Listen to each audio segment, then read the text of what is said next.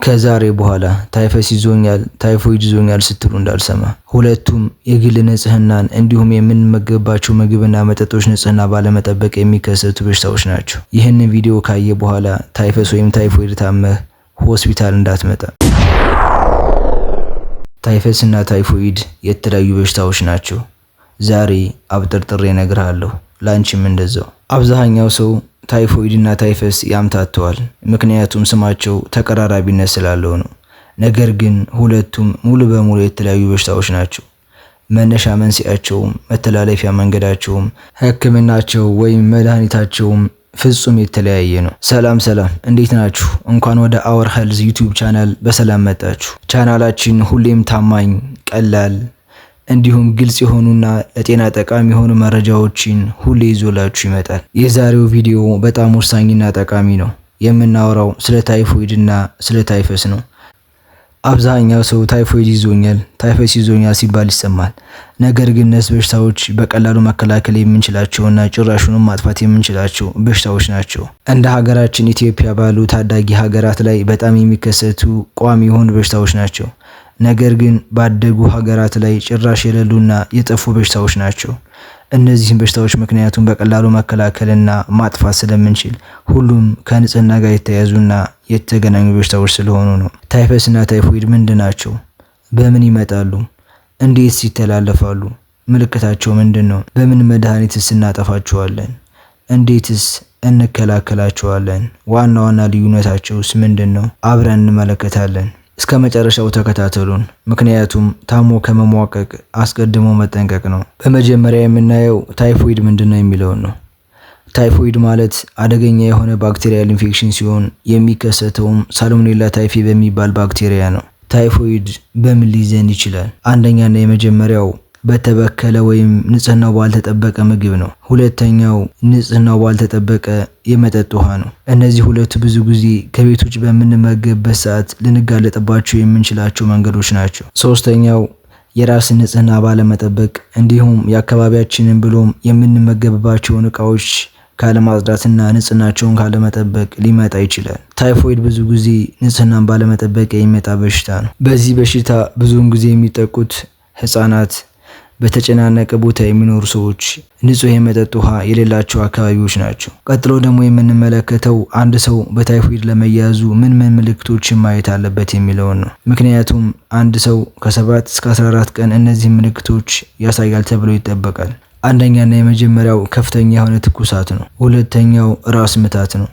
ሶስተኛው ድካም፣ አራተኛው የምግብ ፍላጎት መቀነስ፣ አምስተኛው የሆድ ህመም፣ ስድስተኛ ወደ ታች ማለት ወይም የሆድ ድርቀት ነው። ሰባተኛው ደረቅ ሳል ይኖረዋል።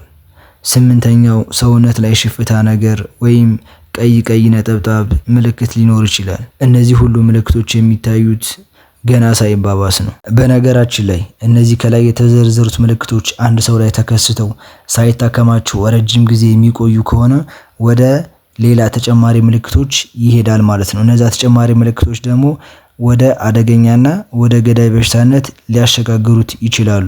እነዚህ ሁሉ ምልክቶች ተከስተው ሳይታከም ከቆየ አንደኛ የሚከሰተው ነገር ምንድነው? አንጀት አካባቢ መድማት ነው።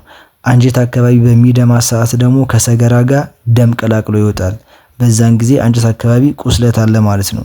ሁለተኛው ብለድ ኢንፌክሽን ነው። ደም ውስጥ ከፍተኛ የሆነ ኢንፌክሽን ይኖራል። ሶስተኛው በጣም የከፋና አደገኛ ከሆነ ደግሞ እስከ ሞት ያደርሳል ማለት ነው። ስለዚህ ታይፎይድ በጊዜ መታከም ያለበት አደገኛ በሽታ ነው። ታይፎይድ እንዴት ይታከማል? መከላከያ መንገዱስ ምንድን ነው? አንደኛና የመጀመሪያው አንቲባዮቲክስ ነው። በዶክተር የሚታዘዙ የታይፎይድ መድኃኒቶች አሉ። እነሱን በመውሰድ ከህመሙ ማገገምና መዳን ይቻላል ማለት ነው። ሁለተኛው በቂ የሆነ እረፍት ማድረግ ነው። እነዚህ መድኃኒቶች እየወሰደ አንድ ሰው በቂ የሆነ እረፍት ማድረግ አለበት። ሶስተኛው ድርቀትን ለመከላከል በቂ የሆነ ፈሳሽ መውሰድ ይኖርበታል። አራተኛው ሳይታከም ቆይቶ ሰቨር ኬዝ ላይ ወይም አደገኛ ኬዝ ላይ ከደረሰ ሆስፒታል ተኝቶ መታከም ግዴታ ሊሆንበት ይችላል ማለት ነው። ማሳሰቢያ፣ በዶክተር ያልታዘዘ መድኃኒት በጭራሽ መወሰድ የለበትም። ምክንያቱም ታይፎይድ ካልሆነ ወይም ሌላ ነገር ከሆነ በሽታው እየተባባሰ ሰውየውን አደገኛ ደረጃ ላይ ሊያደርሰው ስለሚችል ነው። እንዴት ራሳችንን ወይም ሌሎች ሰዎችን ከታይፎይድ እንከላከል? አንደኛና የመጀመሪያው ንጹህ የሆነ ውሃ መጠጣት ነው። ለዛም ደግሞ ተመራጩ አፍልቶ በማቀዝቀዝ መጠጣት ነው። አሊያም ደግሞ በመድኃኒት የታከሙ ውሃዎችን መጠጣት ይኖርብናል። ሁለተኛው እጃችንን በሳሙና መታጠብ ነው። ስፔሻሊ ከመጸዳጃ ቤት በተመለስን ሰዓት እጃችንን በሳሙና መታጠብ ግዴታ ይሆናል። ሶስተኛው በደንብ የበሰሉ ምግቦችን መመገብ ነው። ጥሬ ምግቦችን ብዙ ጊዜ አለመመገብ። አራተኛው በየመንገድ ዳር ያሉ ንጽህናቸው ያልተጠበቀ ምግቦችን አለመመገብ ነው። ምክንያቱም መንገድ ዳር ለተለያየ ነገር ተጋላጭ ስለሚሆኑ ንጽህናቸው ያልተጠበቀ ሊሆን ስለሚችል ከነዛ ምግቦች ጥንቃቄ ማድረግ ይኖርብናል። የመጨረሻው መከላከያ መንገድ የሚሆነው ቫክሲን መውሰድ ነው። እኛ ሀገር ብዙም የተለመደ አይደለም። ነገር ግን ታይፎይድ ምን አለው? ቫክሲን አለው፣ መከላከያ መድኃኒት አለው ማለት ነው። እሱን መውሰድ ከታይፎይድ ለመከላከል አንዱና ወሳኙ ጠቃሚው መንገድ ነው ማለት ነው። በሁለተኛ ደረጃ የምንመለከተው ስለ ታይፈስ ነው። ታይፈስ ምንድን ነው? መተላለፊያ መንገዶቹ ምንድን ናቸው? አደገኛ ምልክቶች ውስጥ እነማን ናቸው? በምንስ እንከላከለዋለን? መድኃኒቶች ውስጥ ምንድን ናቸው የሚለውን ነገር አብረን እንመልከት። ታይፈስ ማለት ባክቴሪያል ኢንፌክሽን ነው። አደገኛ የሆነ ባክቴሪያል ኢንፌክሽን ነው። የሚከሰተው ደግሞ ሪኬትሺያ በሚባል ባክቴሪያ ነው። ለታይፈስ መስፋፋት ዋነኛ ምክንያቶቹ አንደኛና የመጀመሪያው ቁንጫ ነው። ሁለተኛው ቅማል ነው። ሶስተኛው ደግሞ ቱሃን ነው። መቼ ምን እንዳልኩኝ ሰምታችኋል። ቁንጫ፣ ቅማልና ቱሃን እነዚህ ናቸው ለታይፈስ መተላለፊያ ዋናዎቹ ማለት ነው። ታይፈስ ልክ እንደ ታይፎይድ በምግብ ወይም በመጠጥ መበከል የሚመጣ በሽታ አይደለም።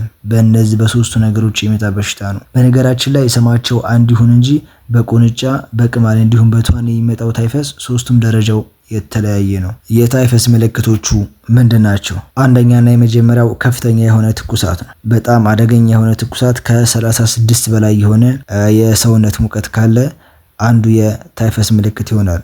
ሁለተኛው ከፍተኛ የሆነ የራስ ምታት ነው። ራስ ምታት በጣም ይኖረዋል። ሶስተኛው የቁርጥማት ስሜት ነው። ሰውነትን ከእግር ጨምሮ እስከ እጃችን ድረስ ከፍተኛ የሆነ የቁርጥማት ስሜት ይኖራል። እነዚህ ምልክቶች ካሉ የታይፈስ ምልክቶች ይሆናሉ ማለት ነው። ግን ይሄ ታይፈስ ምልክት አሁንም ሳይታከም የሚቆይ ከሆነ ሰቨር የሚባሉ ወይም አደገኛ የሚባሉ ምልክቶች አሉት። እነሱም አንደኛና የመጀመሪያው ምንድነው? ኒሞኒያ ነው። ኒሞኒያ ሊከሰት ይችላል ማለት ነው። ሁለተኛው ኦርጋን ፌለር ሁላ ሊኖረው ይችላል። ታይፈስ ካልታከመ ኦርጋን ፌለር ይኖረዋል። አሁንም ሳይታከም በዚያው የሚቀጥል ከሆነ ደግሞ እስከ ሞት ሊያደርስ የሚችል አደገኛ በሽታ ይሆናል ማለት ነው። ስለዚህ አሁን ሁለቱም ታይፈስም ታይፎይድም ካልታከሙ የሰው ልጅ ሕይወት ሊያጠፉ የሚችሉ በሽታዎች ናቸው። ታይፈስ ህክምናው ምንድን ነው? መከላከያ መንገዱስ እንዴት ነው? እንደይዘን መጀመሪያው ኑር ምን ማድረግ አለብን የሚለውን እስኪ እንመልከት። ህክምናው ምንድነው? አንቲባዮቲክስ ነው። ስፔሻሊ ዶክሳይክሊን የሚባል መድኃኒት አለ። እሱ ለታይፈስ ወሳኝ የሚባል መድኃኒት ነው። ነገር ግን በዶክተር ካልታዘዘ በስተቀር መወሰድ የለበትም። ዶክተር አዞላችሁ ከሆነ ብቻና ብቻ ነው ይህንን መድኃኒት መጠቀም ያለባችሁ። በጊዜ መታከም ፈጣን የሆነ ለውጥ ያመጣል። ስለዚህ አንድ ሰው በታይፈስና በታይፎይድ ከተያዘ ቶሎ ወደ ህክምና ሄዶ ህክምና ማድረግ አለበት ማለት ነው። ታይፈስን በምን መከላከል ይቻላል? አንደኛና የመጀመሪያው የግል ንጽህናን መጠበቅ ነው። ገላን መታጠብ፣ ልብሶቻችንን ማጠብ፣ ስፔሻሊ ደግሞ ልብስን በሙቅ ውሃ ማጠብ፣ በሙቅ ውሃ በደንብ መዘፍዘፍ። ምክንያቱም ቅማል፣ ቁንጫና ቱሃን እንዳይኖረው ማለት ነው። ምክንያቱም እነዚህ ነገሮች ካሉት የሚመጣው በዚህ ነው። አንድ ሰው አንዴ በታይፈስ ከተያዘ በኋላ ድጋሚ እንዳይያዝ ማድረግ ያለበት እነዚህ ነው። የራሱን ንጽህና መጠበቅ መቻል አለበት። ልብሱን ራሱ በሙቅ ውሃ በደንብ አድርጎ በሙቅ ውሃ መጎነፍ መቻል አለበት። እንደዛ ከሆነ ነው ድራሽ አባታቸው ሊጠፋ የሚችለው ማለት ነው። ቁንጫን፣ ቅማልና ቱሃንን አንድ ሰው ካጠፋ በታይፈስ የመያዝ እድሉ አነስተኛና በጣም ዜሮ ነው ማለት ነው። እነዚህ ናቸው መተላለፊያ ዋና መንገዶቹ። የአካባቢ ንጽህና መጠበቅ አለበት። ከራሱም አልፎ አካባቢው ንጹህ እንዲሆን ማድረግ አለበት። ንጽህናችንን ከጠበቅን እነዚህ በሽታዎች የመከሰት እድላቸው 0% ስለሆነ ታይፎይድ እና ታይፈስ ስማቸው የቀራረብ እንጂ ሁለቱም የተለያዩ በሽታዎች ናቸው።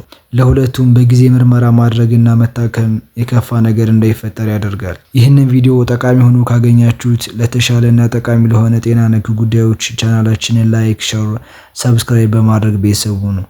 አብራችሁን ስለነበራችሁ እናመሰግናለን። ሰላምና ጤና ለእናንተ።